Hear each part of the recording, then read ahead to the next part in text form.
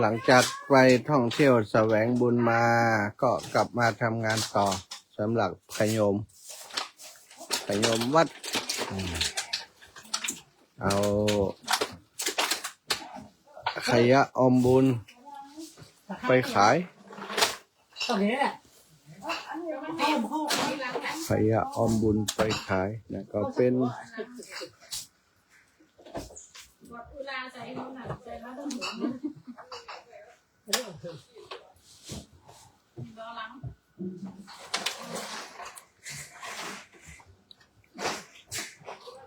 เก็บทีละเล็กละน้อยนะเอ้าแม่สุกแก้วมีก็ส่งมาเนอะวันก่อนแต่งตัวเป็นนักท่องเที่ยวใส่ชุดใหม่อย่างดีวันนี้มาเก็บขยะเฉยเลยไม่น่าเชื่อเลยอ๋อวันก่อนสวยๆเนี่ยกลายเป็นวันนี้มายังไงนะกลายเป็นคนคัดแยกขยะไปแล้วนักท่องเที่ยวจากลำปางวันก่อนป้าแก้วไม่ได้ไปกับเขาตายังไม่ดีปีหน้าไม่พลาดบอกว่าปีหน้าไม่ให้คนอื่นไปแก้วจะไปเอง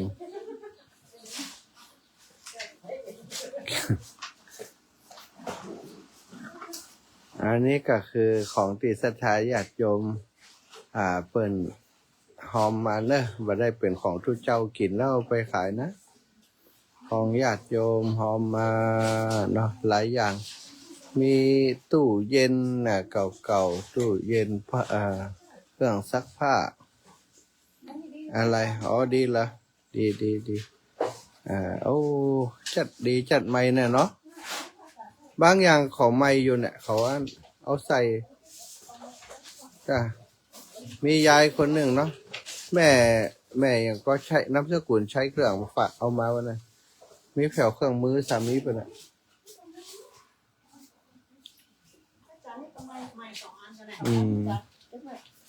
แล้วเอาไปทุดงอันนี้โต๊ะทำงานของหัวหน้า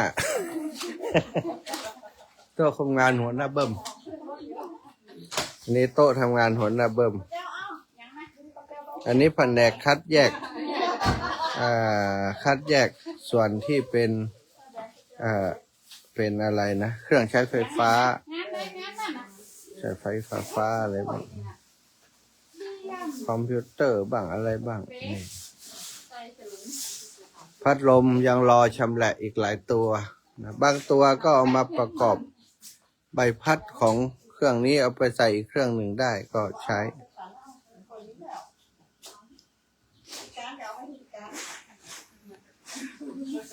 ตะแกรงพัดลมนี่เขาเอามาแปลงนั่นบ่อย่างก็ที่เขาเนาะเก็บไว้เนาะมันขายกันเลยเนอะสับปะรดสีน่ะไปหันที่เขาเนี่ยอยากที่แรกว่าจะไปซ่อซื้อแห่งก่อน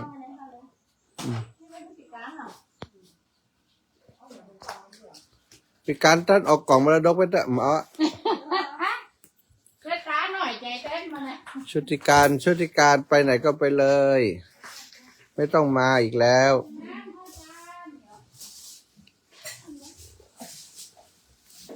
ไม่ต้องมาอีกแล้วทำให้คนคิดถึง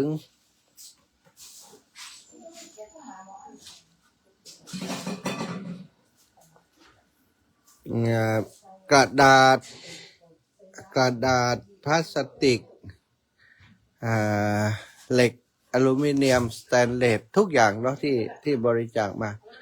ไม่น่าเชื่อว่าเยอะเหมือนกันเล็กๆชิ้นละเจ้าละเล็กละน้อยทยอยกันเอามา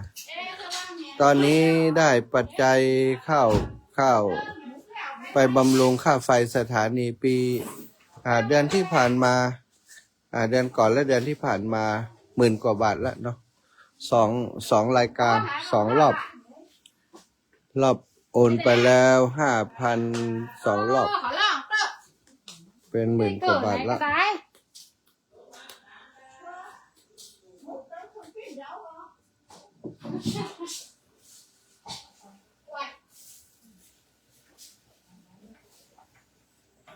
วันนี้กล่องกระดาษได้ไปเท่าไหร่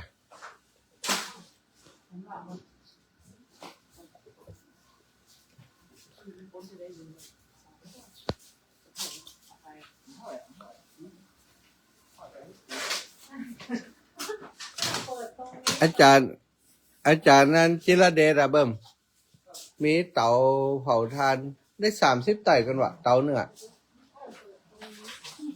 เตาละ30 ไต่เปิดกำได้เป็นเปิดกำได้หลายมีอยู่5 เตาใหญ่ๆนะเขาต้องเอามาส่งวะไม่อ่ะ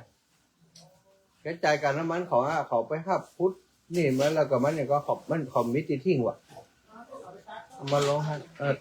ก็ลำไยเขามาส่งมาลงให้แต่ว่าเปิดงวดที่ผ่านมานี่มันได้ใจสักหน่อยอะน้องฮะก้าวหวยเป็นนั้นปุ๊บบรรทุกเนี่ยขนกำใหญ่มันได้ใจเลยอ่ะ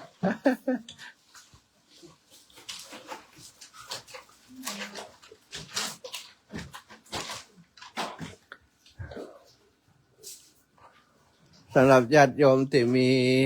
มีขยะออมบุญเนาะของที่บัดใจแล้วของที่บัดใจแล้วบางอย่างก็ดีอยู่นะบัดใจว่าทุกอย่างเป็นขยะไปหมดบางอย่างก็ดีอยู่แต่ว่าเปิ้นบ่ฮู้จะใจหยังบ่ได้ใจแล้วเนาะเปิ้นก็เอามาถวายก็เอามาชำระเอามา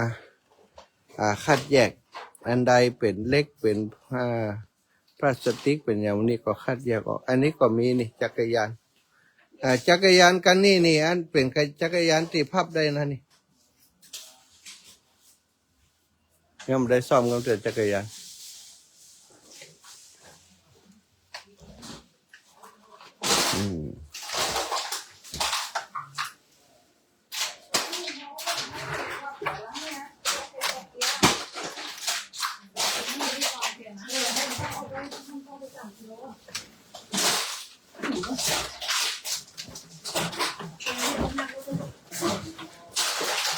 วันนี้ถ้าได้ตังค์ซื้อเปมาสักอันน่ะ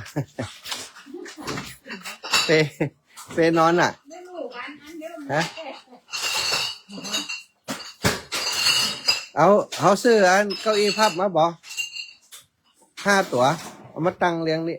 เวลาเนี่ยอีทก็นอนเลี้ยงกันในยังนี่น่ะ